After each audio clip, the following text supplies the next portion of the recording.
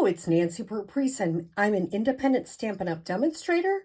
I have included my email, my website, my November host code, my Facebook business page, YouTube channel, and Pinterest.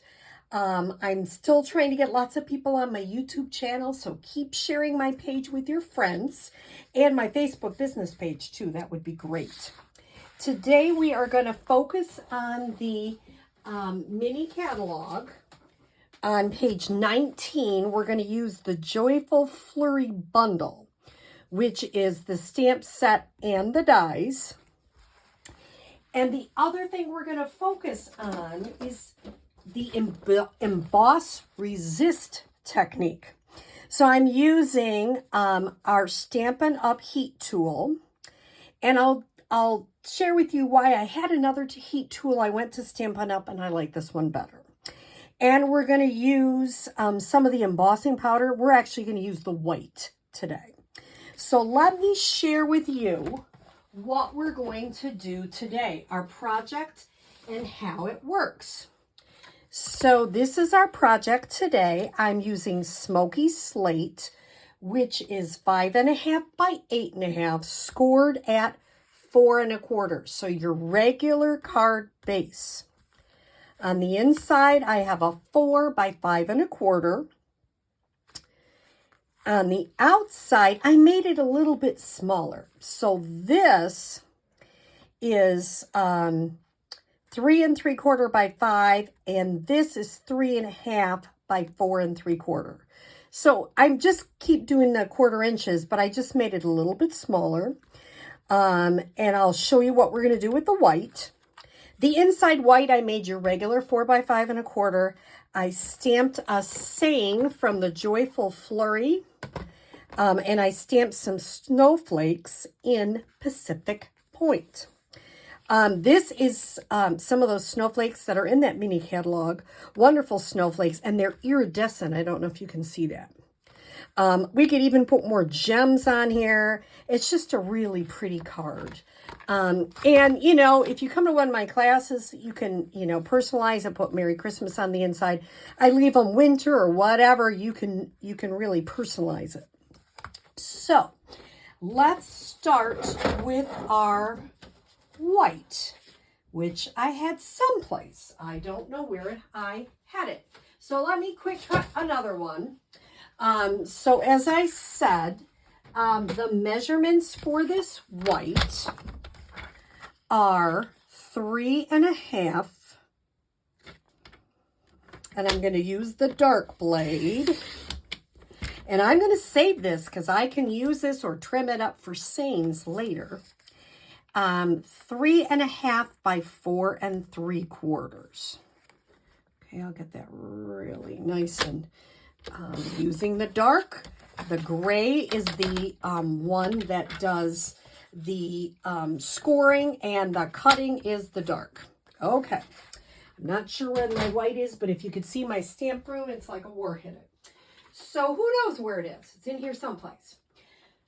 So I'm going to start with this, and I'm going to start with my snowflakes. And now, if you don't have a Versamark pad, this is a great tool. You can do it on dark cardstock too. It just gives you a watercolor image, and I really like using Versamark.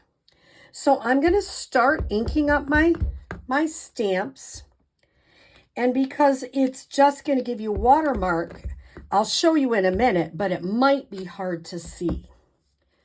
And I'm just stamping off. And oops, that one had a little blue. I'm okay with that, but I didn't clean it very well. That's what that means.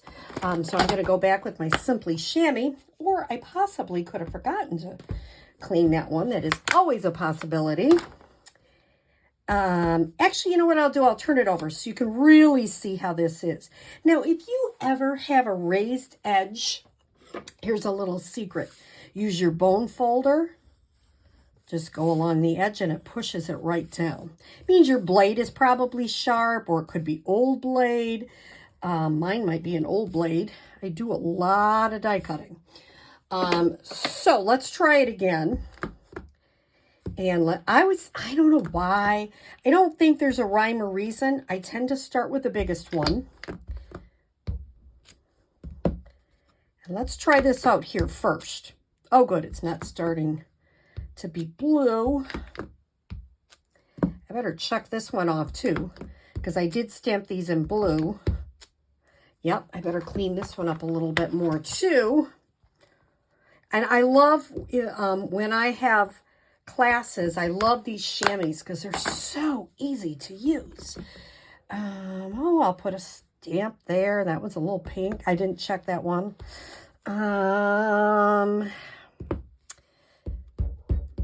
Let's see. Okay, gives you a good sense. Now, I'm going to put it like this. I don't know if you can see that, but if you can see the image on there. I'm going to move these to the side and close my Versamark. So if you didn't notice, one of the things I would recommend is really making sure you clean it in between. Now, I tend to put my embossing powder in some plastic folder, or containers, sorry. It just seems like an easier thing to do. You're welcome to do whatever you want. I had a spoon, but I can't find it. So, oh, here it is. Here's my spoon. I just use plastic spoons. I put it, now, Stampin' Up! Has a new embossing tray, embossing buddy, all sorts of great things in the new catalog. I would highly recommend. This is an old one, so it's not the same size as the new ones. I kind of sprinkle it around, making sure I'm hitting all the parts. Okay. Then I'll close that up. And I'll pick this up gently and lightly just tap it off. Now, the beautiful thing about this is I can, because it has this little thing, I can pour it right back in and it'll be beautiful. Now, as I look at this, I kind of missed a snowflake down there. I can go back through and go, you know what? I have a little space down here. So I'm going to plop a little one on there, put a little bit more of my, and I can even take it out of here. You don't need much. Boy, that Stampin' Emboss powder goes a long way.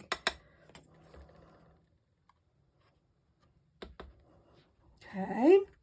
So now I'm going to move this to the side, and I'm going to get out my new heat gun. Why do I think this is a better heat gun than some of the ones I've had? Because it has a little part where you can just set it down. Mine is just flat. So if it's hot, I just set it down. This one, I really like it because it has a little stand on it. The other thing is I see people do all sorts of techniques with embossing, and it makes me laugh. Here's what I would suggest. People like to go like this. That really doesn't help it. What you really want to do is keep it in one area, reasonable amount of time. Now, it always takes a second for it to heat up. I'm going to keep one finger here so it doesn't blow away. And in a second, I'll stop it to see if you can figure out.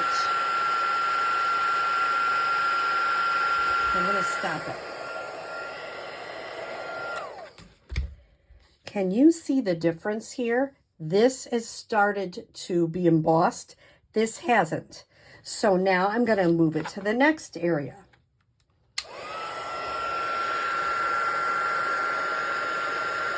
And it doesn't take a long time, but it kind of turns, you can see like it turns, well, like it's embossed, like it's raised up. And I find more success about keeping it. Now, people worry, am I going to burn my paper? Well, you could, but it takes an awful long time to burn your paper. So just by doing what I'm doing and watching it, I can tell you right now, I watch it to see when it is embossed completely. And when it's done, I stop the heat.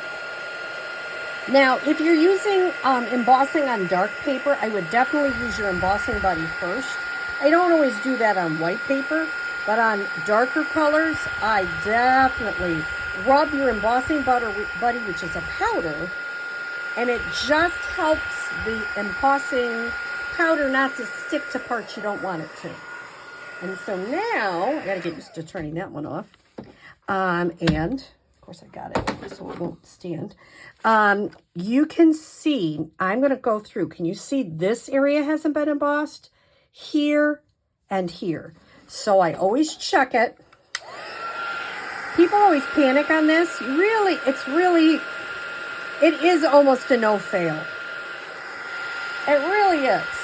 Now, sometimes if you don't put enough embossing powder on there, there might be a part that's not completely as great as you'd like it to be. All right, I'm looking at it in the light again, and I think I got all the parts of my piece embossed. Now, somebody said, oh, I just am going to use a hairdryer. Well, I hate to tell you this, but I challenge you to try it. It is not an easy task. I had a couple people say, I tried the hairdryer. It does not work. I'm not surprised. It really doesn't. You really do need an embossing tool. Now, like I say, if you want to, get the best one out there, I would get the one from Stampin' Up. However, they do sell them at Michael's and Joann's and other places. So, you can find them other places. So, I'm going to start with my, I love these things. If you haven't got any blending brushes, I would get a blending brush. I think they're wonderful. I'm going to rub it in. And I always start off the paper. And then I'm going to start coming on. Start off the paper. Or you might get a big chunk of blue that were a place you don't want it to be. So I recommend doing that. And that's what they recommend Stampin' Up too. The light blue takes the longest because you got to get a lot of that on there. If you really want to see it. And some people like a lighter effect. So it's really a personal preference, how you want to do the embossing.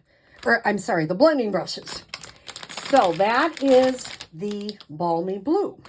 The next one I'm going to do is a little bit of Pool Party. Once again, off to the side. And when I forget that step, I'm always unhappy because it doesn't look good with a big glop someplace. I am not being real particular on where it is. I'm just kind of going. You can do however you choose. There really isn't any wrong or right.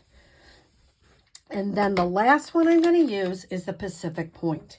This is the darkest, so you really have to work it on your scrap paper first, or it will overtake the whole card. So I really work that out. Put that on there. Isn't that just a really pretty effect?